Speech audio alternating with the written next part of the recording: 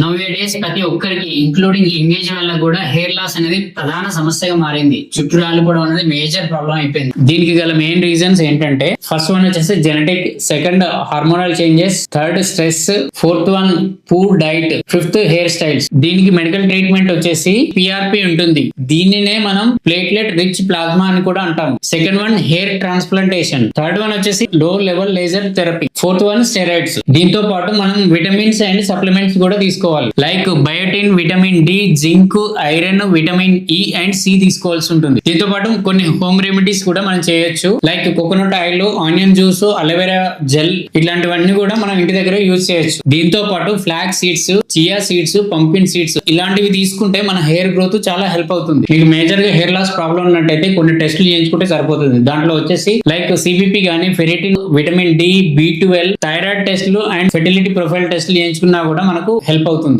At the same time మీరు మీ దగ్గరలో ఉన్న ఎవరైనా డర్మటాలజిస్ట్ ఉంటే కనుక వెంటనే కన్సల్ట్ అవ్వండి. ఇప్పుడు చెప్పిన టెస్టులన్నిటిపైన కూడా అప్ టు 50% వరకు మేము డిస్కౌంట్ ఇస్తున్నాము. మీలో ఎంతమంది హెయిర్ లాస్ తో బాధపడుతున్నారో కింద కామెంట్ చేయండి.